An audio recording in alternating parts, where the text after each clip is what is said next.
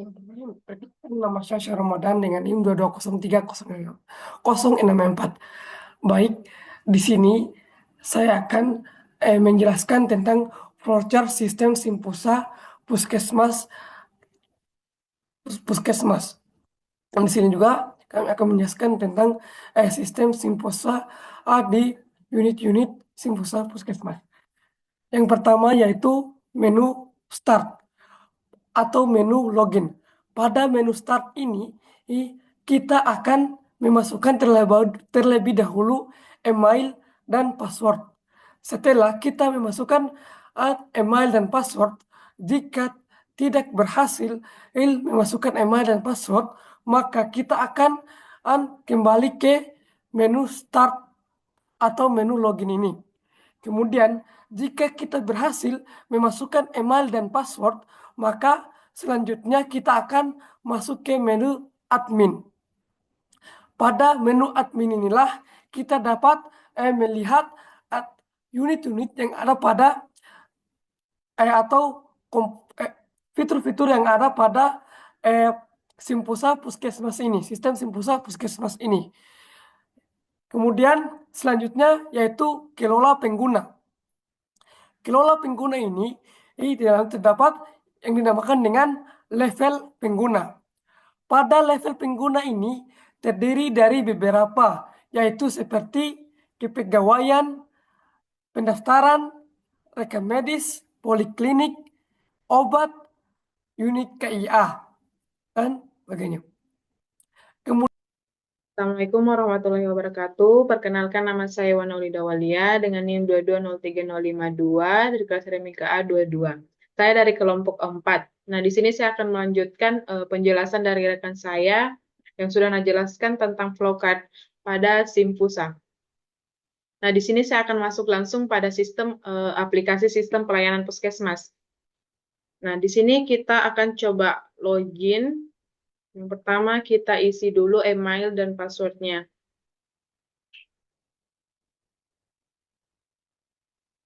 Emailnya jarcom@gmail.com dan passwordnya jarcom1234.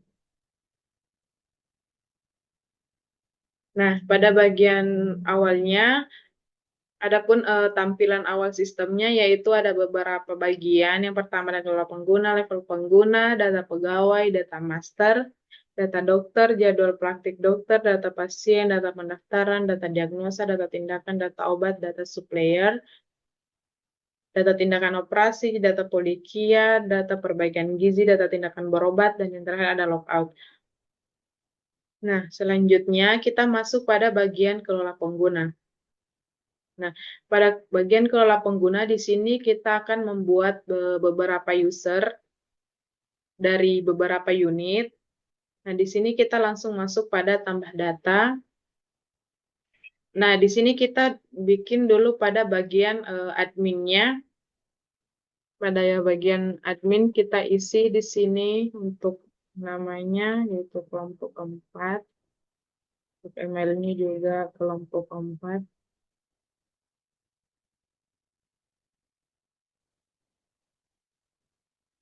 Passwordnya juga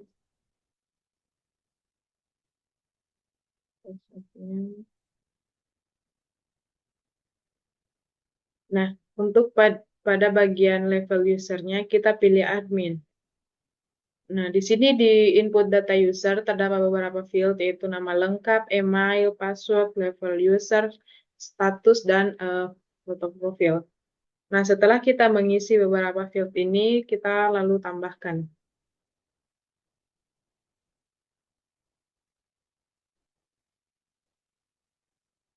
Nah, di sini kita sudah berhasil membuat satu user yaitu user admin.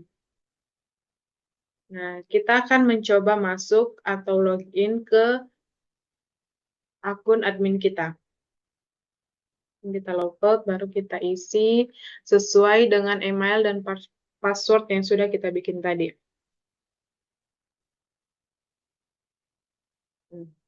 Di sini sudah masuk pada admin untuk user kelompok A. Selanjutnya kita akan bikin kembali untuk beberapa user karena ada beberapa unit yang akan dikelola. Di sini kita bikin dulu.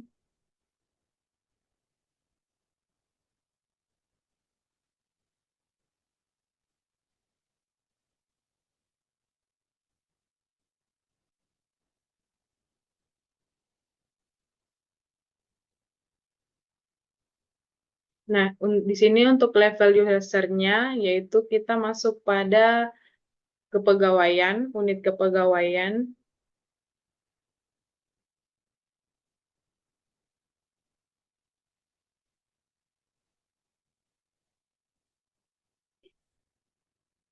Nah, di sini kita sudah berhasil membuat atau membuat satu user lagi, yaitu user unit kepegawaian. Nah, selanjutnya kita masuk pada level pengguna. Pada bagian sini ada beberapa unit, yaitu unit laboratorium, unit kepegawaian, unit pelayanan KIA, unit perekam medis, unit pendaftaran, pelayanan obat, pelayanan klinik, dan admin. Nah, pada bagian data pegawai, di sini adapun field-fieldnya yaitu ada ID pegawai, nama pegawai, jenis kelamin, NPWP, tempat lahir, tanggal lahir, jabatan dan bidang. Selanjutnya ada data master. Untuk data master ada data pramedis, data jabatan, data bidang, dan data poli. Ada data dokter, yang dimana ada kode dokter, nama dokter, jenis kelamin, nomor induk dokter, tempat lahir, tanggal lahir, alamat, dan ID poli. Ada juga jadwal praktek dokter, data pasien, pada jadwal praktek dokter ada nama dokter, hari, jam mulai, jam selesai, dan poli. Selanjutnya pada data pasien ada nomor rekam medis, nomor KTP, nomor BPJS, nama pasien, jenis kelamin, tempat lahir, tanggal lahir, alamat, dan status pasien. Ada data pendaftaran, nomor rawat, nomor rekam medis, nama pasien, status pasien, dokter penanggung jawab, dan poli. Data diagnosa, ada kode penyakit, nama penyakit, ciri-ciri penyakit, keterangan dan ciri-ciri umum. Ada data tindakan, kode, nama tindakan oleh dan nama poli. Ada data obat, yang dimana ada stok obat, pengadaan obat, pengeluaran obat, dan data obat-obatan. Ada supplier, data tindakan operasi, data polikia, data perbaikan gizi, dan data tindakan berobat. Dan selanjutnya yaitu unit kepegawaian. Pada unit kepegawaian, kita akan menginput beberapa hal, yaitu seperti identitas pegawai, nama pegawai, jenis kelamin, tanggal lahir, alamat, dan lain-lainnya. Nah, di sini kita akan mengisi email dan passwordnya. Nah, di sini sudah masuk pada unit kepegawaian, yang di mana ada data pegawai, data master, data dokter, jadwal praktek dokter, data pasien, dan data tindakan operasi. Nah, di sini kita akan mencoba mengisi untuk satu data pegawai. Nah, di sini kita pilih data pegawai dan tambah data. Nah, untuk field-fieldnya, untuk input data pegawai ada NIK, nama pegawai, jenis kelamin, NPWP, tempat lahir, tanggal lahir, jabatan, dan bidang. Nah, di sini kita akan mengisi beberapa field ini.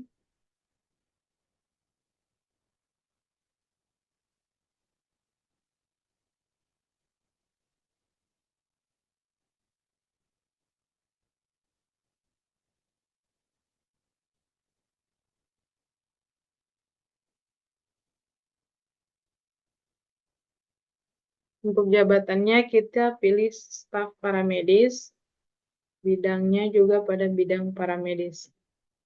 Nah, setelah kita mengisi beberapa field pada input data pegawai, kita tekan tambah. Nah, di sini kita bisa lihat data kepegawaian yang sudah kita input. Nah, setelah itu kita masuk pada data master. Ada data pramedis, data jabatan, data bidang, dan data poli. Untuk data jabatan ada staf laboratorium, staf paramedis, kepala puskesmas, staf administrasi, dan staf apotek.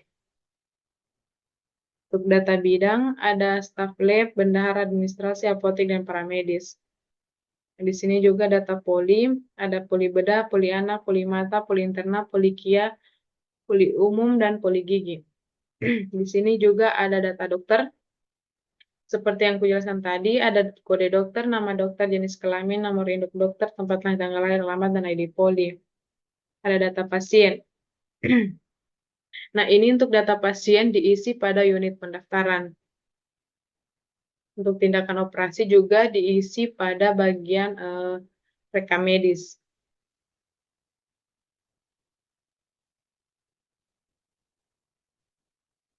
Nah, mungkin itu dari saya. Selanjutnya akan dilanjutkan kembali oleh rekan kelompok saya. Kemudian selanjutnya yaitu unit pendaftaran. Pada unit pendaftaran ini, seorang pegawai akan menginput data pasien dan input pendaftaran. Pegawai akan menginput data pasien seperti nama pasien, jenis kelaminnya, tanggal lahirnya, alamatnya, statusnya, dan lain-lainnya. Begitu juga dengan input pendaftaran. Pada input pendaftaran ini sudah termasuk dengan nomor rekam medis pasien tersebut yang akan diinput oleh pegawai yang berada pada unit pendaftaran. Baik, Assalamualaikum warahmatullahi wabarakatuh. Perkenalkan, nama saya Alia Amanda dengan NIM 2203006. Di sini saya akan melanjutkan penjelasan dari teman kelompok saya yang sebelumnya. Pertama-tama kita masuk ke pendaftaran terlebih dahulu.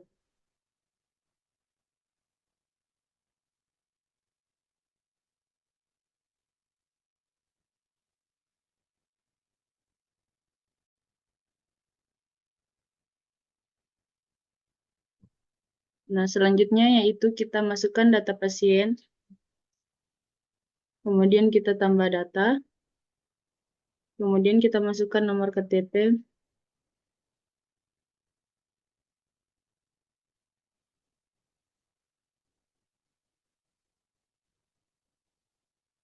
kemudian kita tambahkan nama pasien, status pasien, kita pilih BPJS, kemudian kita pilih jenis kelamin, kemudian tempat lahir,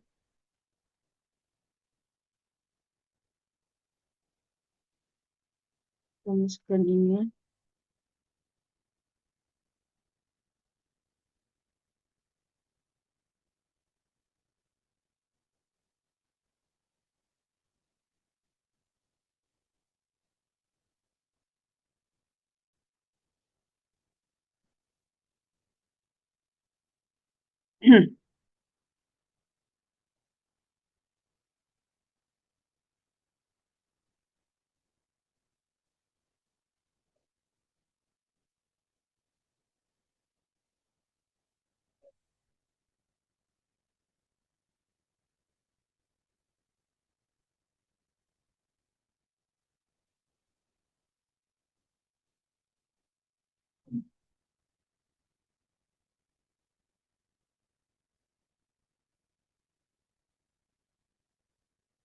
Kemudian kita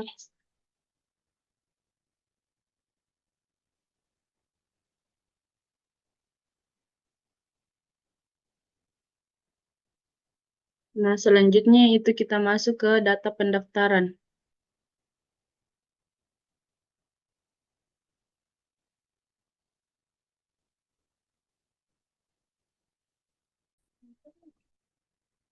Nah, selanjutnya itu kita masuk ke data pendaftaran, kemudian kita tambah data, kemudian kita pilih dokter penyanggung jawabnya, yaitu kita klik dokter Ompi. Kemudian kita pilih poli tujuannya, poli umum. Kemudian kita masukkan nomor rekam medisnya.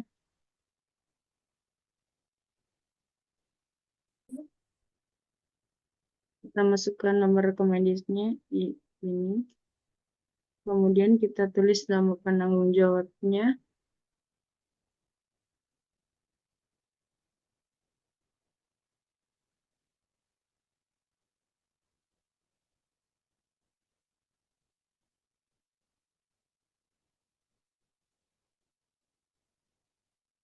Nah, selanjutnya itu kita tambah data.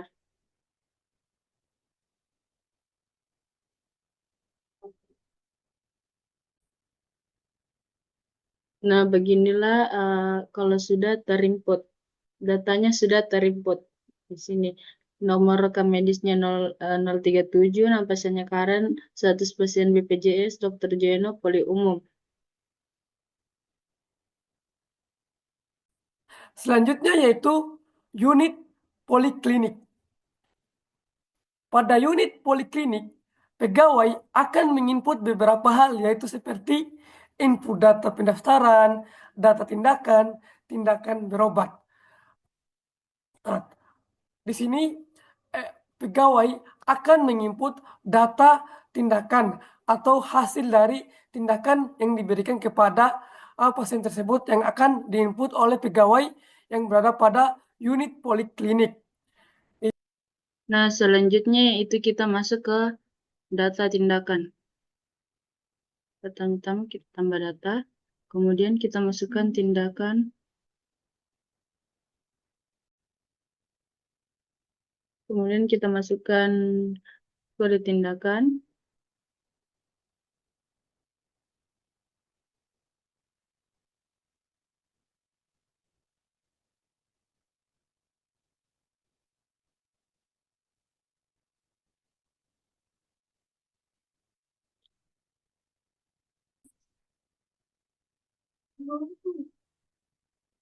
kita masukkan kodenya, 19.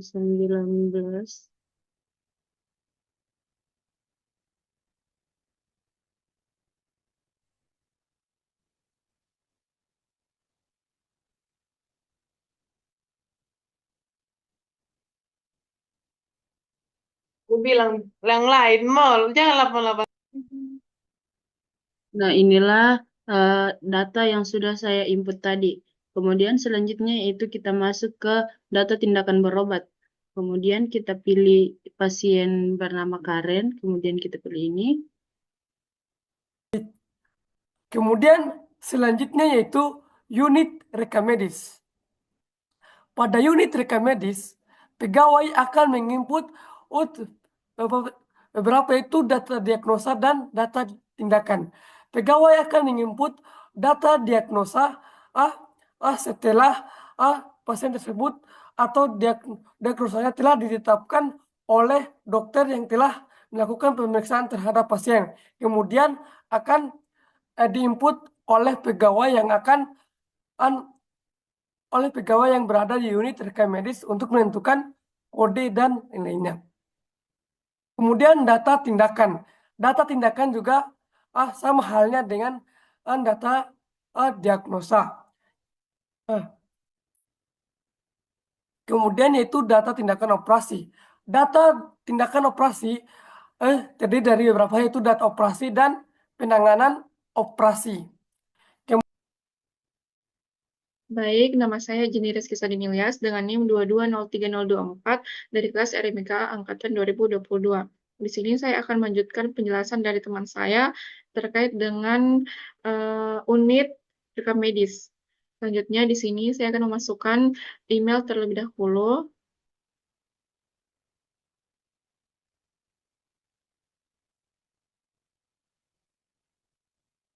Lalu kita masukkan passwordnya.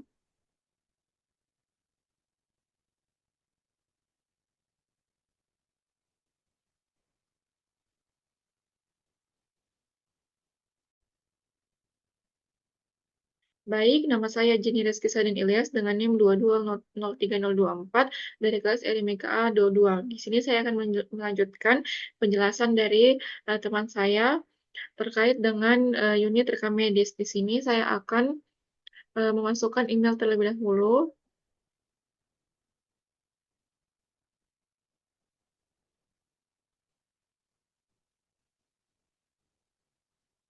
Selanjutnya passwordnya. Dan di sini kita sudah masuk pada unit rekam medis. Di sini ada beberapa fitur. Yang pertama itu ada data diagnosa, data tindakan operasi, dan ada tombol logout. Selanjutnya kita menambahkan data pada data diagnosa. Di sini kode diagnosanya misalnya K35.9. Di sini nama penyakitnya itu appendicitis.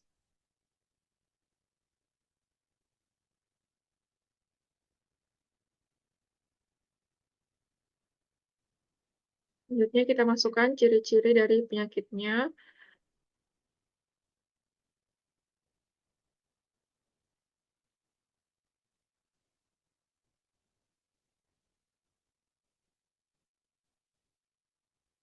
Di sini kita masukkan keterangan.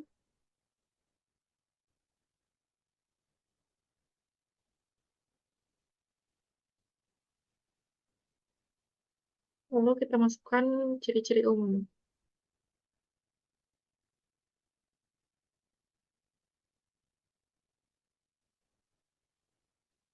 Nah, setelah sudah terisi, kita klik tambah. Dan di sini bisa kita lihat di bagian nomor 7, sudah ada data yang diinput tadi. Selanjutnya kita beralih pada data tindakan. Di sini kita klik tambah data, lalu di sini kode tindakannya misalnya 8816, nama tindakannya kita kasih contoh plasma infus. Nah, tindakan oleh dokter, lalu polinya poli umum.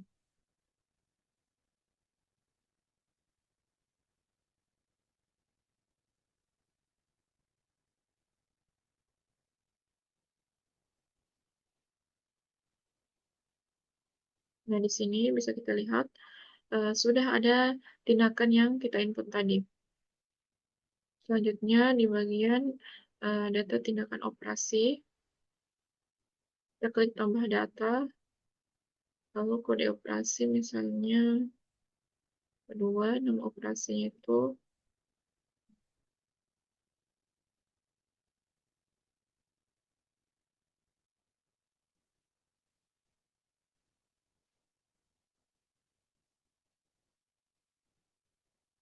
biayanya misalnya 10, tindakannya oleh dokter. Lalu kita tambah.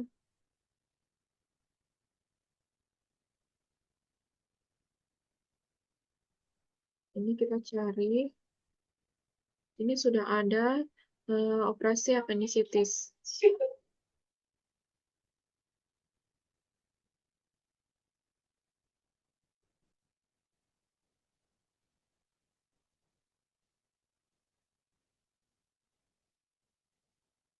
Kemudian selanjutnya yaitu unit obat. Pada unit obat terdiri dari dua data, yaitu data supplier dan data obat. Di sini pegawai yang berada pada unit obat akan menginput tentang data supplier atau pemasok obat tersebut pada apoteknya atau kemudian yaitu data obat. Di sini pegawai yang berada pada unit obat maka akan menginput beberapa hal seperti pengadaan obat, penyaluran obat, dan data obat-obatan. Pengadaan obat dimaksud di sini yaitu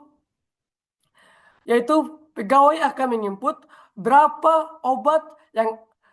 jumlah obat yang akan dibutuhkan. Kemudian pengeluaran obat di sini pegawai akan menginput semua pengeluaran obat yang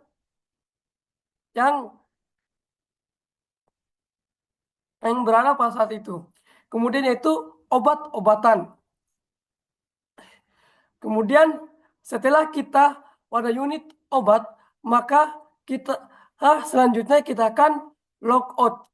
Pada saat kita log out, maka pada saat kita logout, maka kita akan kembali ke menu start atau menu login pada tampilan awal sebelumnya sebelum kita masuk ke menu admin.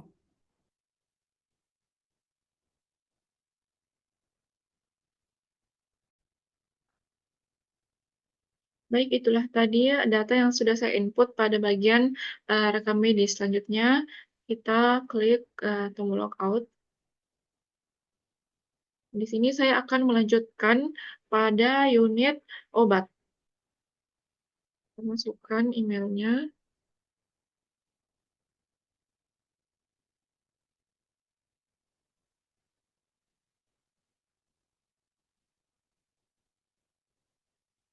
Dan di sini kita sudah masuk pada unit obat, ada data obat dan data supplier. Di sini kita buka pada bagian stok obat. Di sini bisa kita lihat untuk mencetak data yang sudah diinput. Selanjutnya kita beralih pada pengadaan obat. Di sini kita klik tambah data. Suppliernya misalnya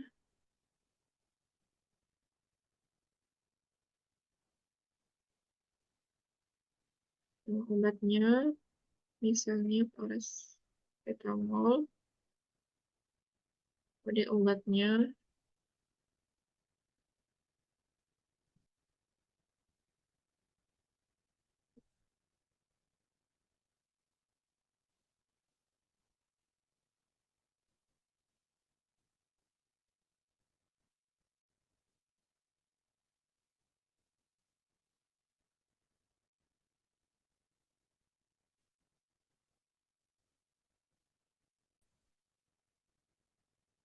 Baik, selanjutnya kita beralih ke pengadaan obat. Di sini kita klik tambah data, lalu suppliernya tulis nama obatnya misalnya paracetamol. Dan di sini sudah ada kode obatnya secara otomatis dan jenis obatnya yaitu demam. Harga belinya misalnya itu, jumlahnya, satuannya tablet, keterangannya berbayar. Kalau kita klik tambah.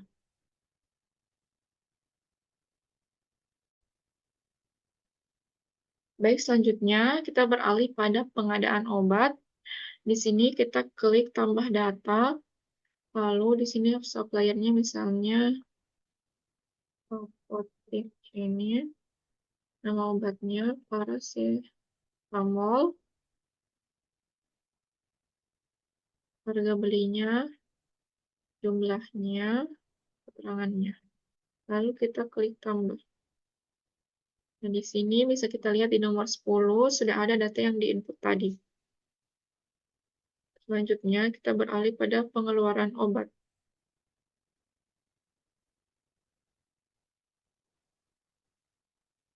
Di sini kita tambah data, nama pasiennya, lalu nama obatnya,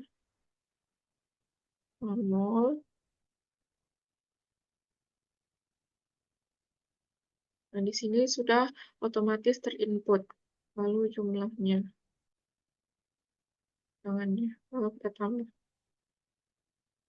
Nah, di sini bisa kita lihat di nomor 1 sudah ada data yang diinput tadi. Selanjutnya kita beralih pada data obat-obatan.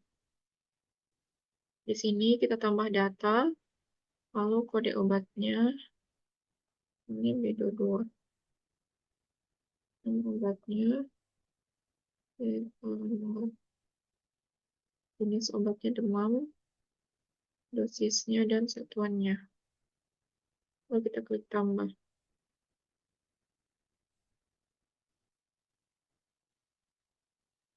Dan bisa kita lihat di sini di nomor 4, nama obatnya paracetamol. Ini adalah data yang sudah diinput tadi. Selanjutnya kita beralih pada data supplier. Di sini kita bisa tambah data, kode suppliernya, nama suppliernya, alamatnya,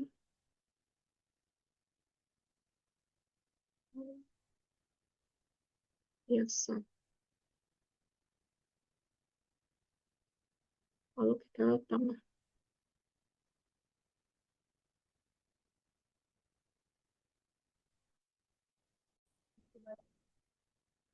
Baik, selanjutnya kita beralih pada data supplier. Di sini kita tambah data, lalu kode suppliernya, nama suppliernya, kutip ini. Alamatnya Jalan nomor telepon, lalu kita tambah.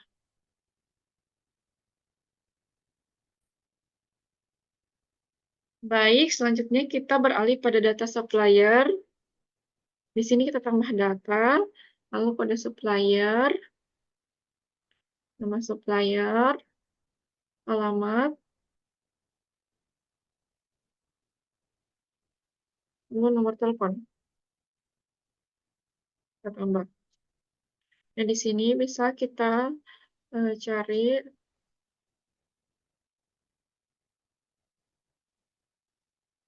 Ini adalah data yang sudah kita input tadi.